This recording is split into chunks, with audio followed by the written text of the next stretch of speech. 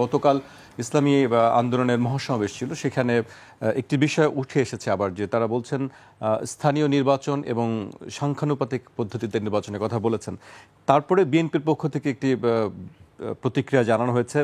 আজকেও কথা বলেছেন মির্জা আব্বাস, কথা বলেছেন সালাউদ্দিন আহমেদও কথা বলেছেন, দুজনই কথা বলেছেন একেবারে নীতি নির্ধারণী পর্যায় থেকে। আপনি আসলে এই বিষয়ে আমি সায়ন্ত ভাইয়ের কাছ থেকে আমি প্রথমে জানতে চাই, আসলে তারা একটি শঙ্কা প্রকাশ করেছেন যে নির্বাচন বানচাল অথবা নির্বাচন পিছিয়ে দেওয়ার একটি ষড়যন্ত্রের কথা বলা হচ্ছে। আপনি কিভাবে দেখেন আসলে নির্বাচন নিয়ে আবারও কেন এই সংশয়ের সৃষ্টি হয়েছে? জি, আপনাকে ধন্যবাদ এবং আমার সহ আলোচক এবং যারা শুনছেন সবার জন্য শুভেচ্ছা রইল। বাংলাদেশে গণ অভ্যুত্থান পরবর্তী যে সময়টা, এই সময়ের শুরুর দিকে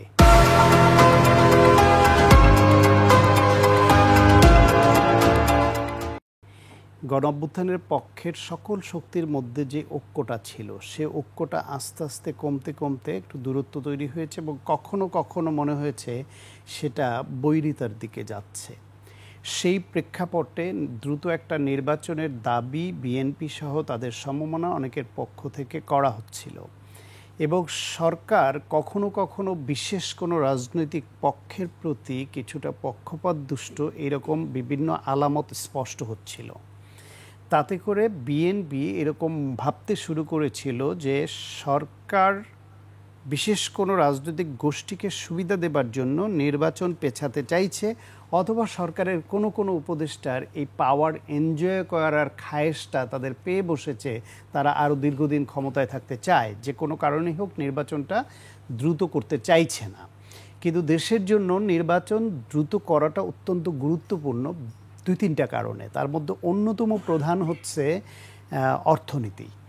যদি ইন্টারিম গভর্নমেন্ট থাকে তাহলে দেশি বিদেশি বিনিয়োগ বন্ধ থাকে, বিনিয়োগ না হলে কর্মসংস্থান হয় না, দারিদ্র্য কমে না, মানির টাকার যে ফ্লোটা অর্থনীতির বাজারে সেটা সচল থাকে না খুব একটা, ফলে এটা একটা। দ্বিতীয় হলো, গত 16 বছরে 3টা জাতীয় সংসদ নির্বাচনে এদেশের মেজরিটি মানুষ ভোট দিতে পারেনি। তাদের ভোট দেওয়ার একটা আকাঙ্ক্ষা, তারা নিজেরা জনপ্রতিনিধি নির্বাচন করতে চায়, সেই একটা জন আকাঙ্ক্ষা আছে। তৃতীয় হলো, দেশের আইন শৃঙ্খলা রক্ষা করবার জন্য একটা নির্বাচিত সরকারের যেরকম শক্ত বিভিন্ন উইং থাকে, ইন্টারিম গভর্নমেন্টের সেটা নাই। ফলে রাজনৈতিক শক্তিগুলি যদি তাদের প্রতি ভালো সম্পর্ক রাখে, সহযোগিতা করে, তাহলে ভালো। যদি তারা সহযোগিতা তুলে নেয় তাহলে এই রাজনৈতিক শক্তিগুলো দেশে অনেক রকমের নানান রকমের অশান্তি তৈরি করতে পারে যে কোনো সময়। যেমন মবক্রেসি, মাঝে মাঝেই দেখা যায় এই মব ক্রিয়েট হচ্ছে। সরকার 144 ধারা জারি করে রাখছে যমুনার সামনে, সেখানে যখন তখন এক এক গ্রুপ ঢুকে পড়ে দাবি আদায়ের জন্য, এবং বিভিন্ন গ্রুপ যেমন ধরো সচিবালয়ের আন্দোলন নিয়ন্ত্রণের বাইরে চলে যাচ্ছে, এনবিআর নিয়ে আন্দোলন সে সরকারের নিয়ন্ত্রণের বাইরে চলে যাচ্ছে। এইরকম নানান সিমটম চলতে থাকবে। ফলে গণতন্ত্রে উত্তরণ যত তাড়াতাড়ি হবে, নির্বাচন যত তাড়াতাড়ি হবে, তত তাড়াতাড়ি দেশ গণতান্ত্রিক পদ্ধতির মাধ্যমে একটা শৃঙ্খলা ফিরিয়ে আনতে পারবে, অর্থনীতি সচল করতে পারবে, মানুষের ভোটের অধিকার প্রতিষ্ঠা করতে পারবে। এই আকাঙ্ক্ষা থেকে দ্রুত নির্বাচন চায়। এবং তখন এমন একটা উৎকণ্ঠা তৈরি হলো যে বিএনপি এবং সমমনা দলগুলোর সঙ্গে সরকারের দূরত্ব তৈরি এই পর্যায়ে গেল যে বিএনপি রাস্তার কর্মসূচি, রাজনৈতিক কর্মসূচি দেওয়ার কথা ভাবছে, এই পর্যায়ে চলে গেল। তারপর যখন লন্ডনে প্রধান উপদেষ্টা এবং বিএনপির অ্যাক্টিং চেয়ারম্যানের সঙ্গে একটা বৈঠক হলো এবং তারা একটা মোটামুটি সমঝোতায় আসলেন যে ঠিক আছে, বিএনপি ডিসেম্বরের মধ্যে চেয়েছিল সেটা নয়, ফেব্রুয়ারির মধ্যে ঈদের আগে যদি, রোজার আগে যদি হয় সেটা হতে পারে। সেইখানে আবার এনসিপির চাওয়া ছিল বিচার, গণ অভ্যুত্থানে পরাজিত শক্তি খুনিদের বিচার, আর একটা হচ্ছে গিয়ে সংস্কার।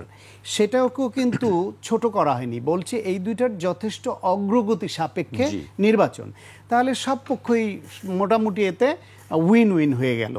জামায়াত ইসলাম জাতির উদ্দেশ্যে প্রধান উপদেষ্টার ভাষণের পরে এপ্রিলের নির্বাচনকে স্বাগত জানালেও তারও একসময় ফেব্রুয়ারিতে নির্বাচন চেয়েছিল রোজার আগে, সুতরাং তাদেরও চাওয়া ডেটের মধ্যে এটা একটা পড়লো। তাহলে সব পক্ষের জন্যই কিন্তু একটা ঐক্যের জায়গা হয়ে গেল ফেব্রুয়ারি। এর পরের যে সংকট তৈরি হতো তখন দেশে একটা স্বস্তি ফিরে আসলো যে যাক তাহলে গণঅভ্যুত্থানের পক্ষের শক্তির মধ্যে দূরত্ব, সরকারের সঙ্গে বিএনপি এবং তার সমমনা দল রাজনৈতিক দলগুলোর সঙ্গে দূরত্ব এটা অনেকটা ঘুচে গেল, নির্বাচন ফেব্রুয়ারিতে হয়তো হচ্ছে এবং একটা স্বস্তির বাতাস আসলো, সমঝোতা। কারণ যদি এই শক্তিগুলোর মধ্যে অনৈক্য হয় তার ফায়দা কে নেবে? পতিত ফ্যাসিবাদ, এই প্রশাসনের মধ্যে ঘাপটি মেরে থাকা ফ্যাসিবাদের লোকজন। এখানে ইন্ডিয়া তার হারানো আধিপত্য পুনরুদ্ধার করার চেষ্টা করবে। সুতরাং কোনোভাবেই গণ অভ্যুত্থানের পক্ষের শক্তিগুলো তাদের নিজেদের মধ্যে অথবা সরকারের সঙ্গে তাদের দূরত্ব সৃষ্টি হতে দেয়া যাবে না। সেই প্রেক্ষাপটে মানুষ যখন একটু আশা নিল, হঠাৎ করে এখন নতুন নতুন এই যে সংস্কারের নামে নানান পক্ষের নানান চাওয়াটায় একটু অনর ভাব দেখা যাচ্ছে। তার মধ্যে কিছু কিছু জায়গায় সমঝোতা হচ্ছে, ৭০ অনুচ্ছেদ নিয়ে একটা সমঝোতায় চলে আসছে, নারী আসন নিয়ে সমঝোতা না হলেও একদম জোরালো বিরোধী তো এরকম কারো নাই, উচ্চ কক্ষ নিয়ে পিআর হবে, সেই পিআরটা কি আসন প্রাপ্তির পিআর হবে নাকি ভোট প্রাপ্তির পিআর হবে এটা নিয়ে ভিন্ন মত আসছে, এরকম কিছু বিষয় আছে। বড় একটা ঘটনা ঘটে গেল গতকাল যখন ইসলামী আন্দোলনের যে সমাবেশটা হলো, তাদের মহাসমাবেশে তারা অনেক রাজনৈতিক দলকে ইনভাইট করলো, সেইখানে বিএনপিকে দাওয়াত দিল। দাওয়াত না দিয়ে এবার তারা বলল যে দলগুলো পিআরের পক্ষে, পিআর পদ্ধতিতে নির্বাচনের পক্ষে, আমরা শুধু তাদের দাওয়াত দিয়েছি।